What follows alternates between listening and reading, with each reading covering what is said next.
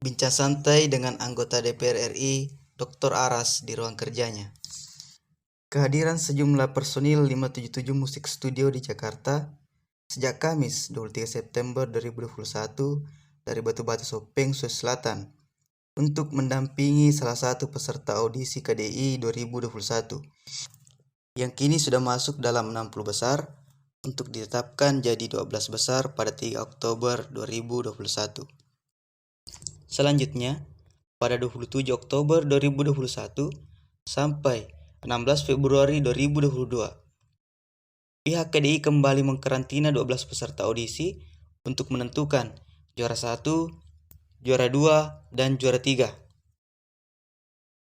Kini, personil 577 Musik, Andina Putri sebagai peserta audisi, Karisma Nur dan Indah Bilqis sebagai penyanyi, serta Rizky Hasan sebagai editor musik yang juga merupakan personil dari media online Palapa Info, mendatangi anggota fraksi P3 DPR RI, Dr. Haji Muhammad Aras, SPD MM, di ruang kerjanya di ruang 19, lantai 15, Gedung Lembaga Perwakilan Rakyat di Jalan Gatot Subroto, nomor 1, RT 1, RW 3, Senayan, Kecamatan Tanah Abang, Kota Jakarta Pusat, pada Selasa 28 September 2021. Kedatangan Palapa Info menemui salah satu wakil rakyat tingkat pusat ini untuk mewawancarai tentang salah satu pembangunan infrastruktur jalan di Sulawesi Selatan yang dananya bersumber dari APBN, yakni pembangunan Jalan Poros Makassar Watampone yang di bagian jalan itu dialihkan dari Kope ke Tacipi melalui Terta. Berikut wawancara reporter Palapa Info Karisma Nur dengan Dr. Aras. Waalaikumsalam warahmatullahi wabarakatuh. Kami dari Palapa Info Sopeng, Sulawesi Selatan. Sebelumnya terima kasih banyak Pak atas kesempatan sehingga kami bisa berada di gedung DPR ini. Baiklah Pak, dengan keberadaan Bapak di parlemen ini, saya ingin sedikit mewawancarai Bapak. Silakan. Untuk duduk di parlemen Senayan ini tentu tidak mudah membelikan telapak tangan karena jumlah DPR sedikit Pak atau terbatas. Ya. Sebagai calon nomor urut 1 di Dapil Sulsel 2 Pemilu 2019 lalu, mohon Bapak menyampaikan pesan dan kesan berjuang di 9 kabupaten atau kota di Sulawesi Selatan hingga mampu dilantik menjadi anggota DPR. Iya, memang untuk berjuang mendapatkan suara rakyat itu bukan pekerjaan yang mudah, tetapi yang pasti bahwa setelah terdaftar sebagai caleg itu otomatis itu menjadi kewajiban bagi kami untuk bisa mengunjungi seluruh pemilik suara.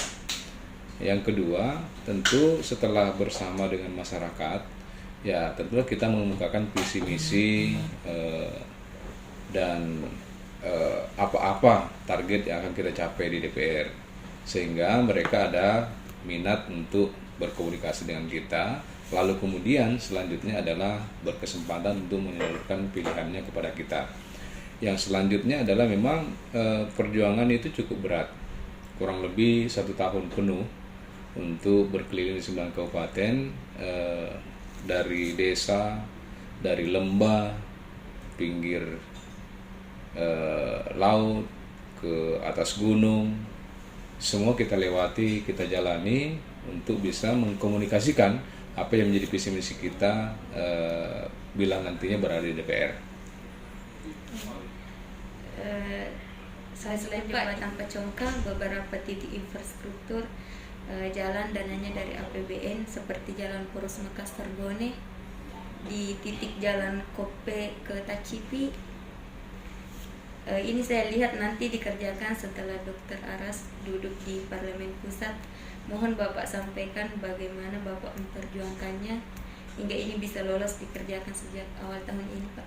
Ya, jadi memang ini punya masalah yang sebenarnya tidak terlalu susah untuk dipecahkan, tetapi karena tidak ada yang mengakses ke sana untuk menyelesaikan persoalan itu sehingga itu berlarut-larut.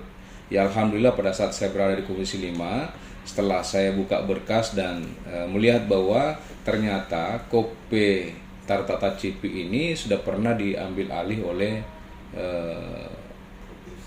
nasional atau kementerian. Sehingga ini kami luruskan kembali bahwa ini tidak perlu lagi dikembalikan kepada daerah. Dan itu saya berkomunikasi dengan Pak Menteri untuk bagaimana menyelesaikan persoalan ini. Saya minta apa-apa persyaratan yang harus dipenuhi sehingga anggaran bisa masuk ke sana. Ya, dengan kesigapan Pak Bupati Bone, dengan Dirjen Bina Marga serta Kepala Balai di Sulawesi Selatan, ya saya berinisiasi untuk mempertemukan mereka untuk menyelesaikan persoalan ini.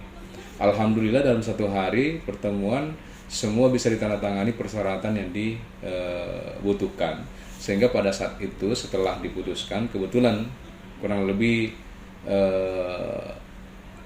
setahun yang lalu menjelang ketok palu di DPR, ya, karena tentu kami juga menginginkan ada aspirasi kami juga masuk ke